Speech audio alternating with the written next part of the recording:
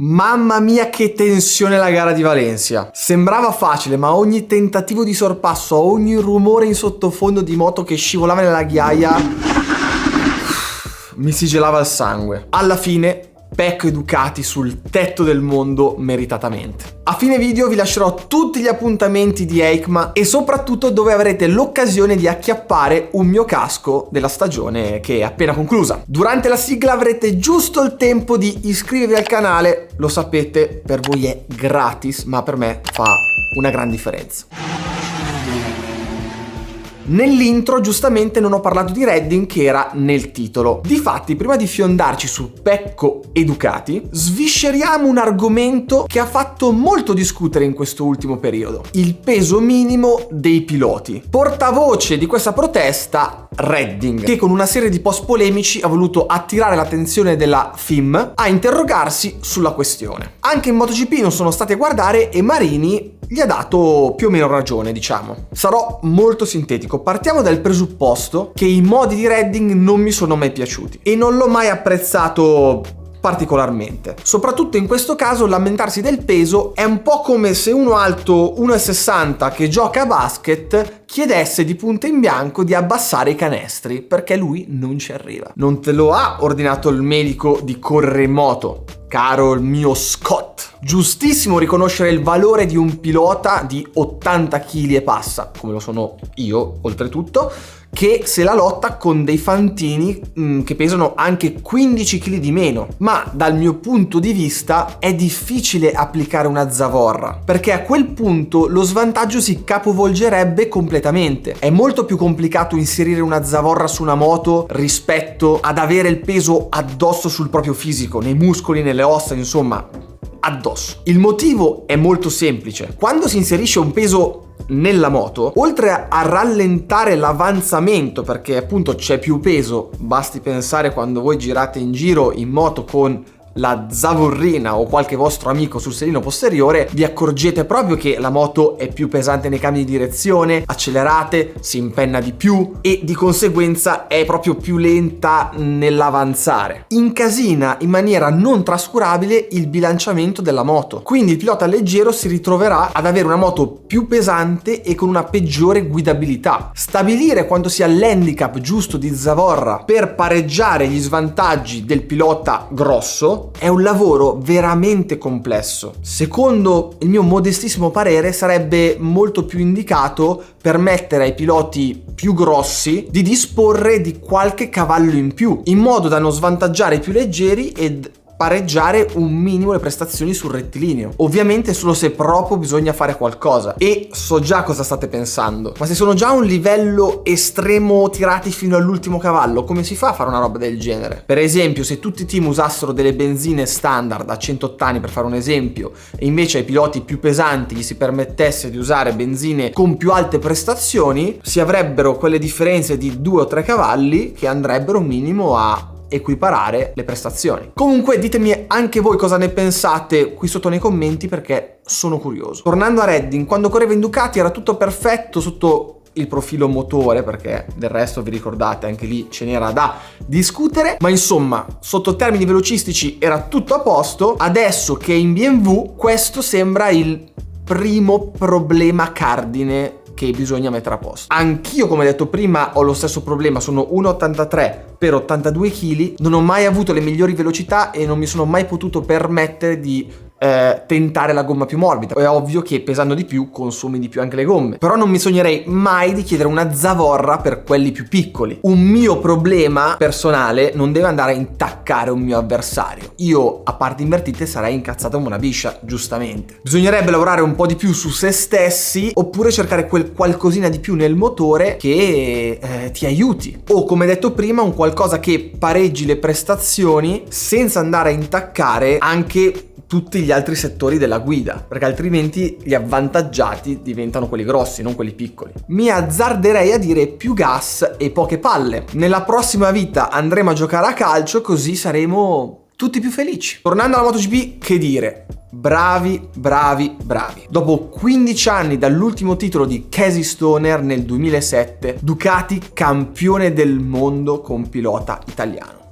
Bello bello. La gara l'avete vista tutti, a parte quella tensione iniziale con gente che andava nella ghiaia, sportellate con alette che volavano e via dicendo, è stata abbastanza tranquilla. Volevo soffermarmi su due argomenti però che mi hanno triggerato non poco nell'ultimo periodo. Non ho fatto l'ultimo post GP, quindi vi raggruppo tutto oggi. I due argomenti, dicevamo, gli ordini di scuderia e il fatto che Pecco ha vinto un campionato con una moto che andava 10.000 volte più forte delle altre. Fatemi respirare. Cerchiamo di analizzare queste due cose in maniera oggettiva. Se una qualsiasi altra casa si fosse ritrovata nella stessa situazione di Ducati, avrebbe fatto esattamente la stessa cosa. E non con questi benedetti ordini di scuderia come si è detto, ma forti raccomandazioni. Nel senso, è normale che in situazioni così delicate il team ufficiale vada dai compagni di marca a dirgli: oh, il mio pilota si sta giocando il campionato. Se dovete buttarvi dentro, dovete essere non certi di riuscire nel sorpasso, ma ultra mega iper certi, perché se me lo buttate per terra vi facciamo un culo così. E mi sembra altrettanto normale che quando i vari Zarco e compagnia bella si ritrovavano davanti Bagnaia, erano un attimino attenti prima di forzare l'attacco o tentarlo, come è stato con Bagnaia in Thailandia e tutti gli esempi che sapete, non sto qui ad annoiarvi, insomma. Se proprio vogliamo dirla tutta, proprio in Thailandia a Crutchlow e Binder gli è stato proprio chiesto tramite messaggio via cruscotto di cavarsi dalle palle perché avevano dietro Quartararo, ma dato che erano merdesimi nessuno se l'è cagata sta situazione, quindi va bene così. Però per favore non parliamo oddio campionato falsato perché lui, cioè è sempre stato così, succederà sempre così e non ho mai visto nessuno né in Formula 1 né in MotoGP che in una situazione così delicata, dove non ci sono solo i due piloti della scuderia che stanno giocando il campionato, ma ci potrebbe essere un'altra marca che va a inserirsi, come era Quartararo con Yamaha, dire sì scannatevi, rischiate di buttarvi per terra senza problemi. Mi dispiace, ma non è così, non è mai successo. Poi Bagnaia ha una moto che va il quadruplo delle altre. Rispetto a quella di Quartararo, la moto va più forte.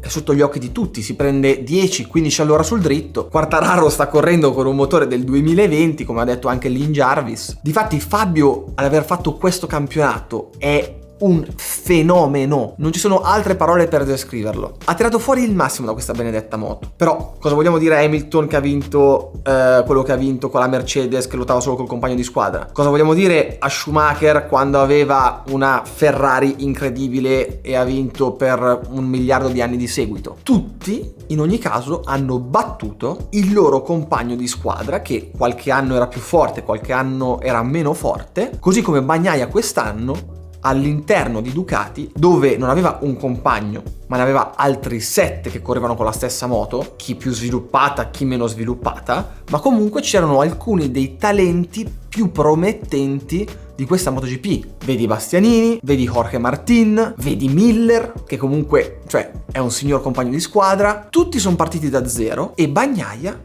ha vinto 7 volte ed è stato il più costante per tutta la stagione. Punto. Se questo a voi sembra poco, non so cosa dirvi sinceramente. Detto questo, sono consapevole che certe volte anch'io sparo delle minchiate. Non sono infallibile. Ma diciamo che quando mi prendo gli insulti dai motociclisti da bar e dopo 8 mesi mi riguardo certi video, godo e non poco. Rigustiamoci insieme il primo post GP di quest'anno, 8 mesi fa.